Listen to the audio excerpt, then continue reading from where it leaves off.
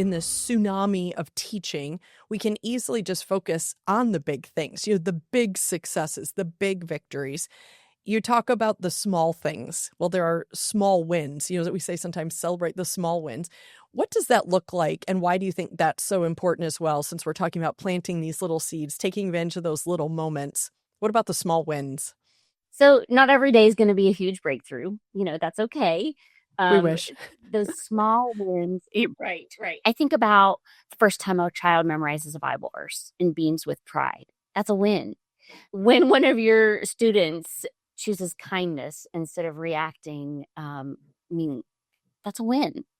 When a child finally understands something academically, that is God working. Celebrate those small steps. Say, look what God is doing in you, and help your students to recognize God's presence in their life.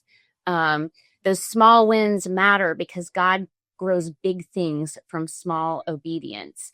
The small wins are the mile markers along the way, and we need to celebrate each mile in that 26-mile race.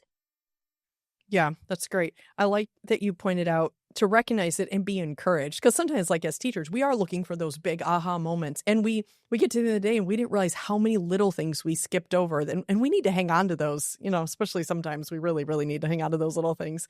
So in your opening story, I heard a theme, and that was relationships. So I doubt there's a listener with us today who would disagree with me saying that relationships are vital in the classroom. They're vital in the school in general. But again, back to that busyness, and in the responsibilities and all the expectations, relationships can kind of take a hit, or at least kind of take a back seat. Talk with us a little bit about that. You are obviously a very relational person. Even just being in your school, you're constantly relating to those around you. It's not just get it done. You're a relationship person. Relationships seem to play a huge role since we're talking about planting seeds. So what are your thoughts on how teachers can build those connections and do that intentionally? Where do they start? Yeah, because sometimes our day, we have a busy day. We know we've got all these tasks to do and lessons to teach, but it can be simple. Ask about a child's weekend. Get to know your students. Notice when they seem off and ask about that. Follow up when they've had a tough day. In my life, the people who impacted me the most were the ones who showed up consistently and cared. And it's presence over perfection. Just those consistent, small, intentional connections that build trust, and then trust opens hearts to the gospel. So model what relationships and healthy friendships look like. Friendships will help determine the trajectory of a child's life. So model what good friendships look like.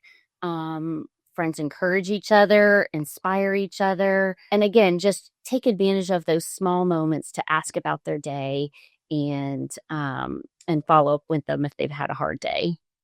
Enjoyed this short clip? That was just a sneak peek into a full episode on the Teacher Edition podcast. We are passionate about supporting Christian educators like you. Looking for more inspiration and practical strategies you could use today? Subscribe now wherever you get your podcasts. Brought to you by BJU Press.